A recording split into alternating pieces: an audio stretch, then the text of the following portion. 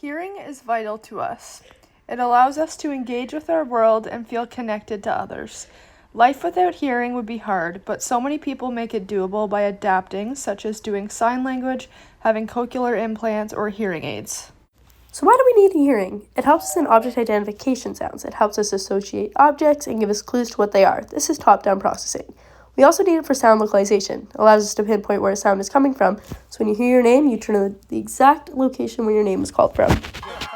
As humans love conversation and listening to others. We do this as speaking sounds.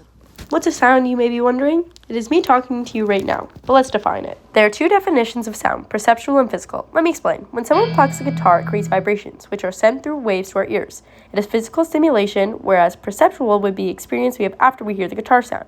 We all have individual preference to sound and how we interpret it. Let's make this easier. So when a tree falls down in the forest, there are pressure waves of sound in the environment, but there would be no one to experience it, so no perceptual experience. Now that you know about sound, I can tell you how it is produced. So when the tree fell, it created pressure waves when it vibrated. As it hit the ground, this sends waves through the air. So now let's see what the vibration feels like. Try to hum and feel the vibration. Got ya! Now that we know a little bit about sound, let's look at the characteristics of sound waves. And no, not these waves. A sine wave is a continuous wave with peak high parts and low parts. Let's dig deeper into what the sine wave contains to make it who they are. Humans hear in complex wave, which is made of pure tones. Amplitude is the difference in pressure between high and low peaks of waves, which can be seen on the graph. The amplitude is the loudness measured in decibels, dB.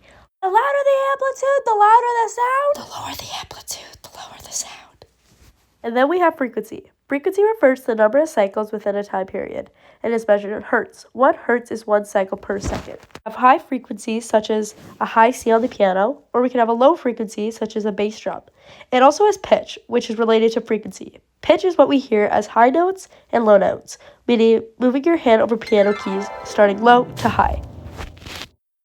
See how frequency depends on age.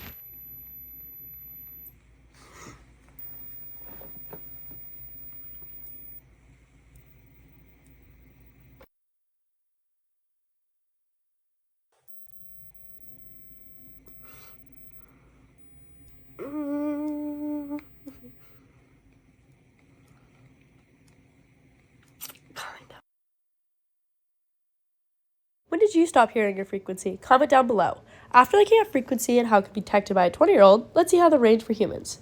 For us, we hear at a range of 20 hertz to 20,000 hertz. Anything before 20 hertz would be infrasound. We can't perceive this directly, but sometimes we can feel it, like an earthquake. And if we hear above 20,000, it's ultrasound, which can be like ultrasound imaging at the hospital. Many animals have different available ranges, which is pretty different from humans, which help them survive and adapt. Some animals can hear beyond humans, both lower and higher. Now let's take a look at what's happening in the air when we hear all of these sounds. This is a quick overview. If you want to learn more, take Sensation and Perception at King's. Our ear is made of 3 parts, outer, middle, and inner. The outer has the pinna, which is our ear shape on the outside, which collects the sound waves to actually hear sounds. Sounds has to go down the auditory canal, which is 3 centimeters long. The sound waves then vibrate the tympanic membrane called the eardrum. So let's look at the middle ear. It has 3 bones, the malleus, incus, and stapes. These work together to amplify the sound, to provide a great pressure to help vibrate the oval window, which connects to the cochlea. The cochlea is inside the inner ear and is made up of fluid that moves when stimulated by the pressure of the sound waves. The inner ear helps us turn sound into neural activity to be sent to our brain. It does this by moving hair cells on the organ of Corti and basilar membrane. On the hair cells are cilia that move due to stimulation, which then gets transmitted to neural signals in the brain in S1 and S2, in areas such as the amygdala and hippocampus. And thanks to this process, we can enjoy music, connection, and communication. While there are 1,000 sounds you hear every day, it is good to take a break and relax your ears. Remember to listen to your music at a low volume. Pause! Now I have a quick thing to ask before I wrap up hearing and sound. I also have a confession. While I was testing frequency at different age levels, did you see a change? 2 things changed. Did you spot them? My whiteboard and dirty plate turned into a painting and no plate. This is called change blindness. I changed something right in front of your face, but since you were not expecting it, you did not see it. I also played something throughout this presentation to test your hearing. I was playing a sound at a frequency level of 19,000 hertz, which is fit for people at 20 years of age. And here's my proof. It was on the whole time. I'm sorry I tricked you twice. I had to make sure you're listening throughout the whole show, as if you were actually 20, you would have stopped. And were you really watching me take the age frequency test, you would have seen the change. I also want to show you we can easily miss changes in our environment when we're focused on something else. This happens in both visual and auditory realms. Our attention plays a huge role in whether they perceive change in frequency in sound or even in visual objects.